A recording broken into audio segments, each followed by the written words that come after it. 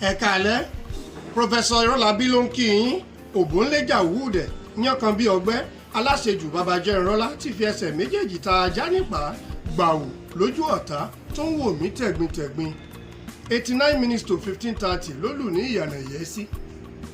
Màmá Rainbow lóyún ìbejì fún olóyè Guru Maraji ní Genesis Ọládélé bá sá kúrò ní ìlú Àgbàdo. Ìyá Rainbow ó ga ọ́.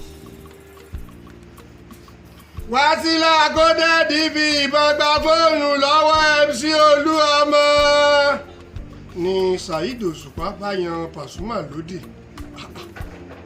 Wọ́n mọ Wásílà yìí kí ló máa ń ṣe é báyìí? wọ́n tẹ̀ fẹ́ jalè ẹ má jalè ilé. Ìròyìn kúmọkùmọ lẹ̀ ń gbọ́ ẹ ṣe bí ẹ ti ṣe serious bí ẹni tó ń ṣe GC láti gbọ́ ìròyìn kúmọkùmọ náà.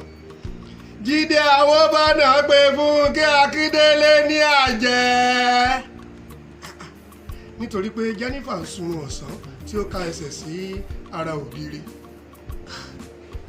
Símbò àjẹ́ nìyẹn lóòótọ́ o.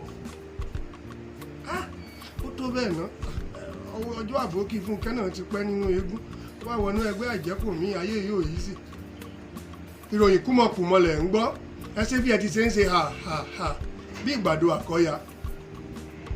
Èmi ni mo bí Lateef Adédìméjì torí rẹ̀ la ṣe jọra bíi ìmúmu. Charlie Boy ló sọ bẹ́ẹ̀ fún ọba Òwòrò. Olóyè Dagunro yóò ṣe ìgbéyàwó ẹlẹ́ẹ̀kẹta fún Murphy Àfọlábí ní ọ̀túnla. Ni ìyá Rainbow bá bínú sí ikú Gbénga Adébóyè.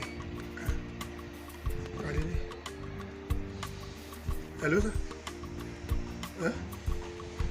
Dagunro kan náà wọ́n ti kú nígbà wo? Hello sir. Hello. Kí ni ti tèmi nínú ẹ̀rẹ̀ mi ò kúkú mọ̀ tẹ́bí ìròyìn tí wọ́n kọ wá ni wọ́n mọ̀ kó lóye Dagunro ti kú. Àgbà wọn náà wà kú tán sọ fún mi. Ẹ wo ká lọ yọ síra wọn mi ò lè tún kà. Tó ó wù ní ká pa ajá ní Mùṣín àwọn Kàlàbá ni kò jẹ́ o ìyókù tún di ní ọjọ́ méje. Màmá wa FM Destiny ló kọ ìròyìn yìí fún wa nígbà tí General Ọbásanjọ́ tó tú ní èdè Ẹ̀gbá sí èdè Côte d'Ivoire. Èmi ọmọ yín olórí bí ìlú Ègùn aborí pé Eégún lẹ́rìn aka àmì blogger ni mo ka ìròyìn náà sí etí ìwòran yín. Gbogbo wa ni kí ẹ mú o tó ẹ subscribe ẹ comment kí ẹ sì share nítorí wípé ìgbádùn tiyín òun náà ló jẹ wá lógún ní ilé-iṣẹ́ ìròyìn kúmọkùmọ.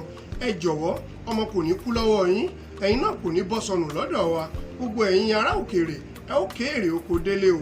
tó ìyókù tún di ní ọjọ́ méje bí mo ṣe wí lẹ́ẹ̀kan ilé yín ni kí ẹ máa gbé o.